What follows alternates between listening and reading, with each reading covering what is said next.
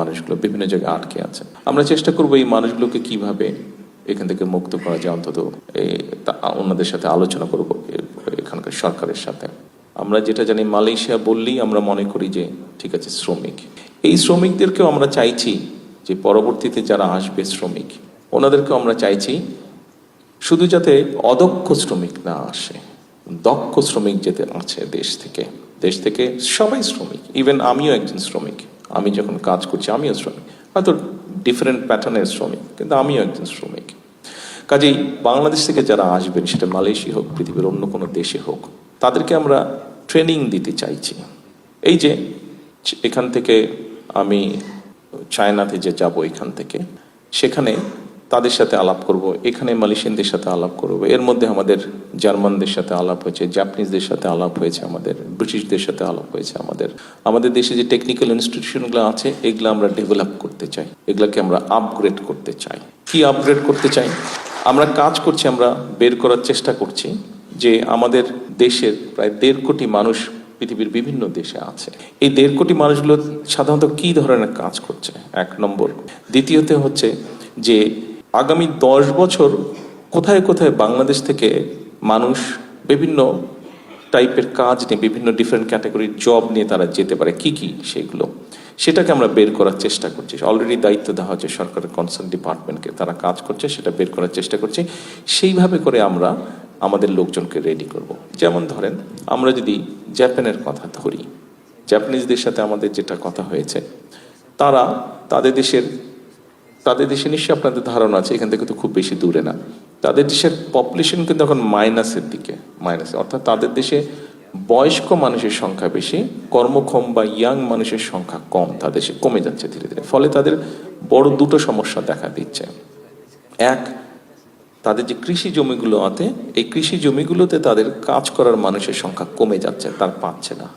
2, যেহেতু বয়স্ক মানুষের সংখ্যা বেশি, তাদের একটা সমস্যা হচ্ছে, তাদের কেয়ারটেকার তারা পাচ্ছে না। বয়স্ক মানুষদেরকে যে লুক আফটার করতে হবে, তাদের মিল ফ্যাক্টরিতে হয়তো রোবট কাজ করছে, কিন্তু রোবট তো আর মানুষকে ওইভাবে টেক কেয়ার করতে পারে না। মানুষের তো হিউম্যান টাচ দরকার, হিউম্যান ফিলিংস দরকার, এখন কেয়ারার দরকার। এখন সেই দেশে যদি আমরা, জাপানে যদি আমরা মানুষ এমনি দিতে চেষ্টা করি, তাহলে কিন্তু তারা নিতে পারবে না। কারণ জাপান, আপনারা জানেন, আমরা মোটামুটি জানি, একটু কনজারভেটিভ সোসাইটি 1 নম্বর, এবং জাপানিজ লোকজন সাধারণত জাপানিজ তাদের নিজস্ব ল্যাঙ্গুয়েজ ছাড়া কথা বলে না। তো এখন আমরা যদি সেখানে মানুষ পাঠাই, তাহলে যেটা আমাদের করতে হবে, তাদের কালচার মিনিমাম একটা ট্রেনিং দিতে হবে, 1 নম্বর। দ্বিতীয়ত, তাদের ফার্মিংটা কি টাইপের হয় সেটা ট্রেনিং দিতে হবে। তৃতীয়ত, হেলথ কেয়ারের যেটা, তাদের কাজটা কি হবে, শুধু পাঠিয়ে দিলে তো হবে না। যদি পুরুষ হোক, নারী হোক, যদি হেলথ কেয়ারের হিসাবে যায়, হেলথ কেয়ারের মিনিমাম বেসিক কতগুলো ট্রেনিং আছে। বিভিন্ন ধরনের পেশেন্ট থাকে, বিভিন্ন ধরনের এলডারলি পেশেন্ট থাকে বা এলডারলি লোকজন থাকে, এক একজনের সবার তো এক রকমের হেলথ কেয়ার লাগে না, বিভিন্ন ক্যাটাগরির আছে। এবং সবচেয়ে বড় যে জিনিসটা হচ্ছে ভাষাটা। কাজেই তাদেরকে একটা ভাষা শিক্ষা দিয়ে আমাদেরকে পাঠাতে হবে। কাজে আমরা সেভাবে করে সাজানোর চেষ্টা করছি। একটু সময় লাগবে, আমরা সেভাবে করে প্রবাসীদেরকে সুবিধা দিতে হবে। কি সুবিধা? একজন।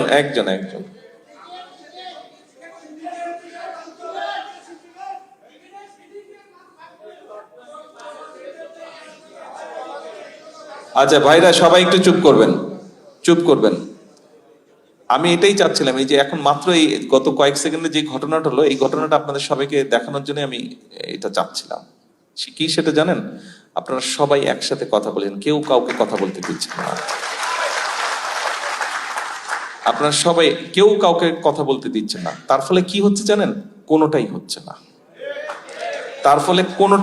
কারোটা কেউ বুঝতে পারছে না, কারোটা কেউ শুনতে পাচ্ছে না, এবং আমিও কিছু করতে পারছি না।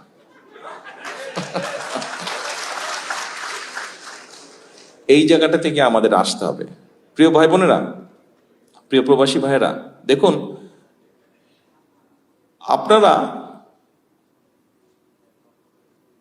আমার বিগত 1 যুগ সম্পর্কে আমার উপর দিয়ে কি গিয়েছে, আমার পরিবারের সাথে কি হয়েছে, কম বেশি একটা ধারণা আপনাদের আছে।